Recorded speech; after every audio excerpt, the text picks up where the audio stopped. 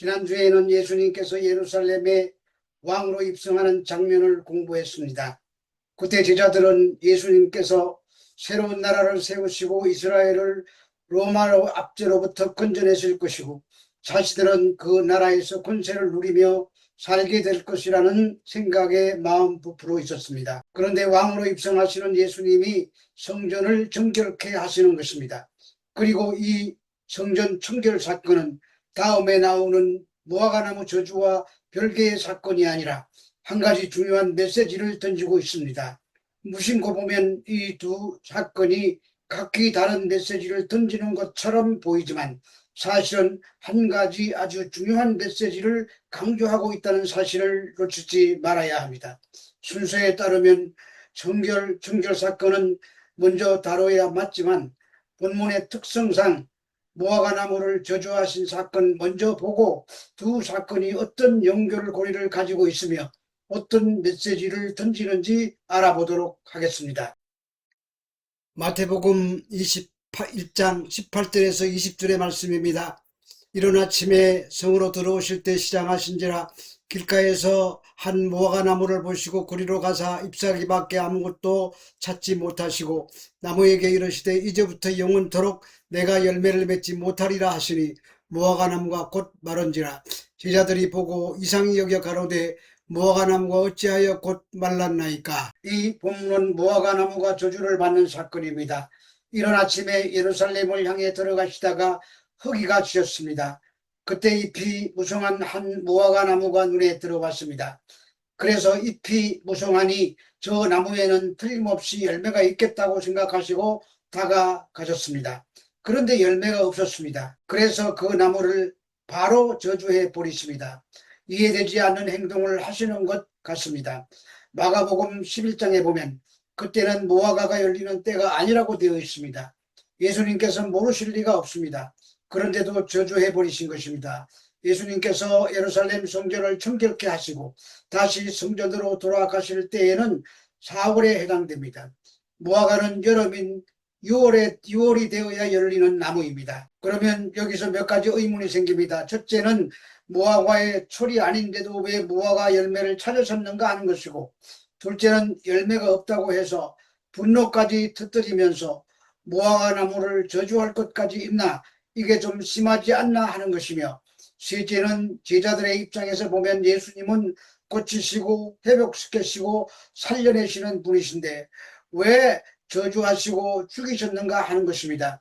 그래서 성경을 앞으로 거슬러 올라가 보면 거기에 답이 있음을 알 수 있습니다. 마태복음 21장 12절에서 13절의 말씀입니다.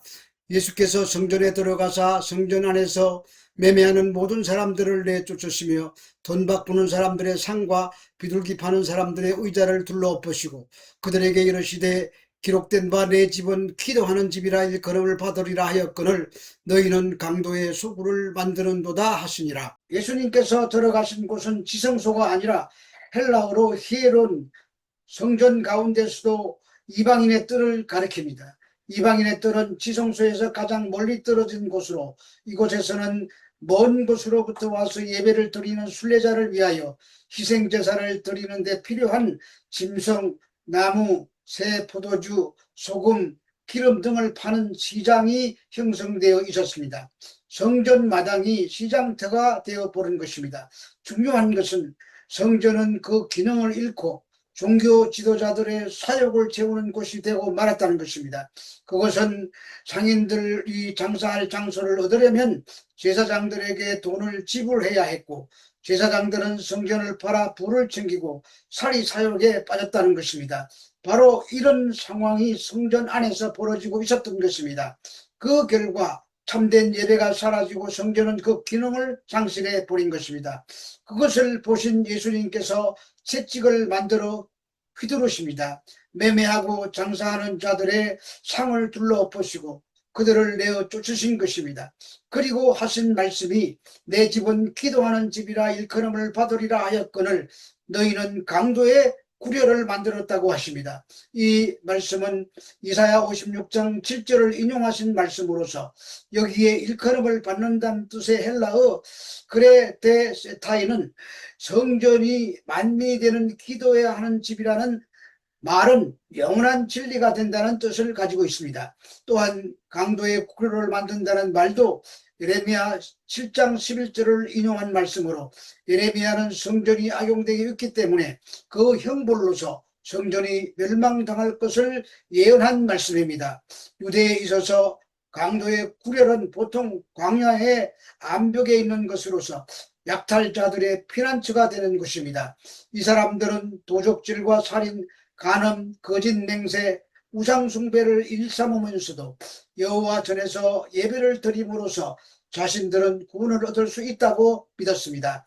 그런데 이사야 선지자를 통하여 하나님께서 이방인들에게도 하나님의 은혜가 임할 것을 선포하는 것입니다. 히브리 원문을 보면 내 집은 만민이 기도하는 집이라는 말을 내 집은 만민을 위하여 기도하는 집이라고도 번역할 수가 있습니다. 그러므로 하나님의 성전은 만민이 기도하는 집이어야 하는데 그러기 위해서는 만민이 하나님께로 돌아와야 가능해진다는 말도 됩니다. 그리고 이사야는 이스라엘의 쫓겨난 자를 모으는 주 여호와가 말하노니 내가 이미 모은 백성 외에 또 모아 그에게 속하게 하려라 했습니다. 이방인의 구원을 말합니다. 그리고 쫓겨난 자들이란 돌아와야 한다는 말입니다. 그들이 바로 오늘 본문 14절에 나오는 맹인과 전언자들입니다. 그런데 유대 종교 지도자들은 그들을 전시해서 성전 밖으로 내쫓았습니다. 열매가 하나도 없는 상태가 되었기 때문입니다. 그래서 무화과 나무가 저주를 받는 것입니다.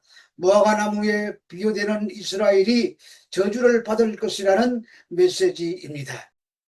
마태복음 21장 14절에서 18절의 말씀입니다.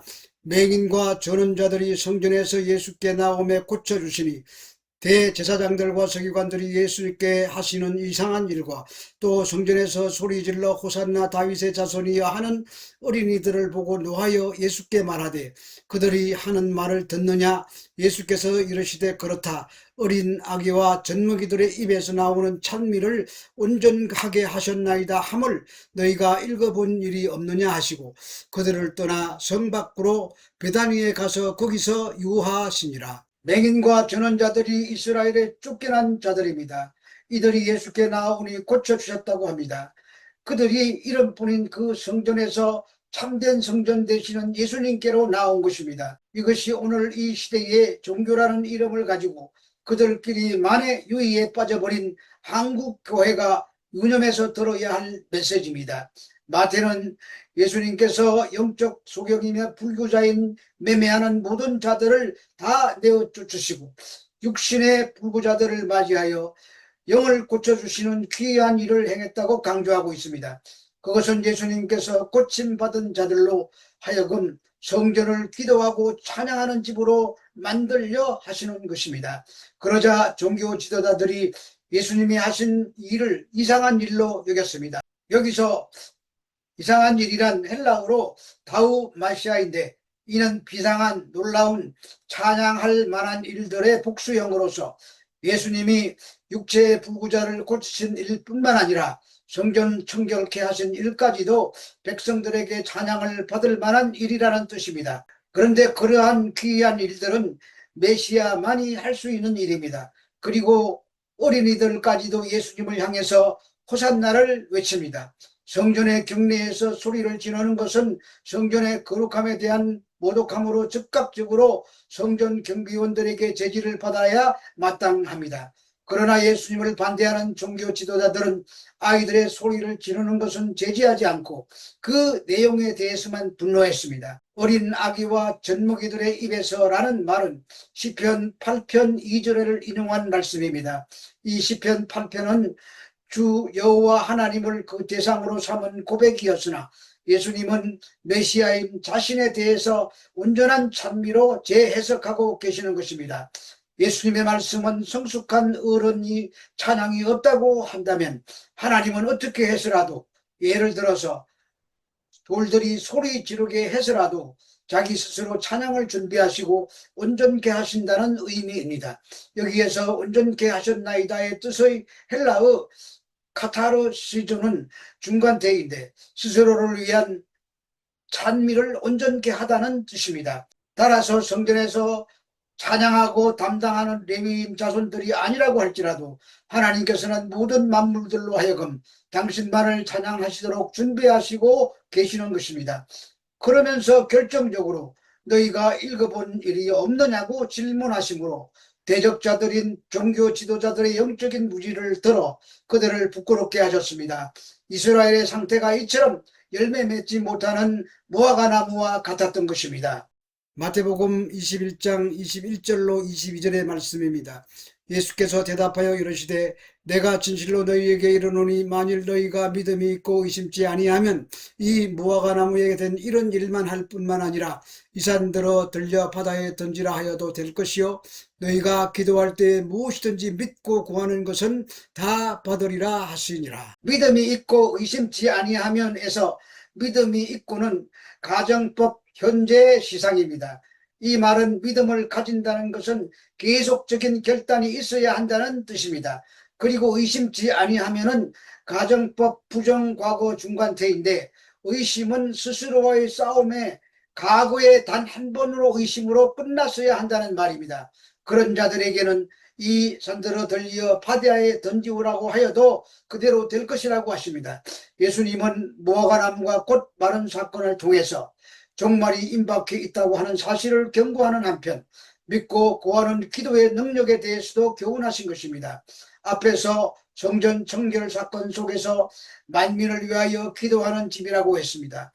기도란 자기가 원하는 것을 얻어내고 성취하는 수단이 아닙니다. 하나님을 아버지로 만나가는 과정입니다. 그런데 유대 종교 지도자들은 아직도 아버지라는 인식이 없었습니다.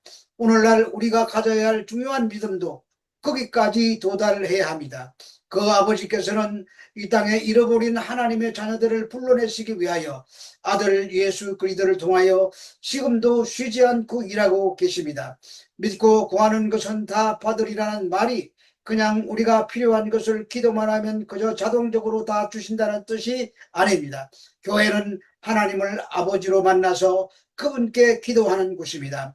모두가 한 입으로 한 줄을 아버지로 노랫게 하는 하나님의 꿈이 교회 공동체 안에 담겨져 있습니다. 그런데 믿는다고 하는 우리들조차 성전인 내 안에 아버지의 꿈을 담아내지 못하고 여전히 열매 없이 입만 무성한 무화과처럼 살아간다고 한다면 그 결말이 어떻게 될지 오늘 말씀은 우리에게 분명히 경고하고 있습니다. 주님 오시는 그날까지 우리는 두 가지 우리의 남은 생애의 사활을 걸어야 합니다. 땅끝까지 이르러 내 증인이 되라는 주님의 명령과 또 하나는 환대와 구원을 통해서 이 긍휼히 여길 자들 속으로 들어가서 함께하는 삶을 살아내야 하는 것입니다. 주님은 분명히 내가 세상 끝날까지 항상 너희와 함께 있으리라고 하셨습니다. 우리가 가는 길이 결코 쉽지 않고 누구나 갈 수 없는 길이지만 주님의 약속의 말씀을 붙잡고 넘어지고 또 넘어져도 믿음을 가지고 다시 일어나서 하나님을 내 아버지로 만나야 합니다. 우리 모두 순종하는 자가 되어 저주받는 무화과가 아니라 하나님의 자녀로서 은혜를 누리는 저와 여러분들이 되시기를 주 예수 그리스도 이름으로 축원하고 축복합니다.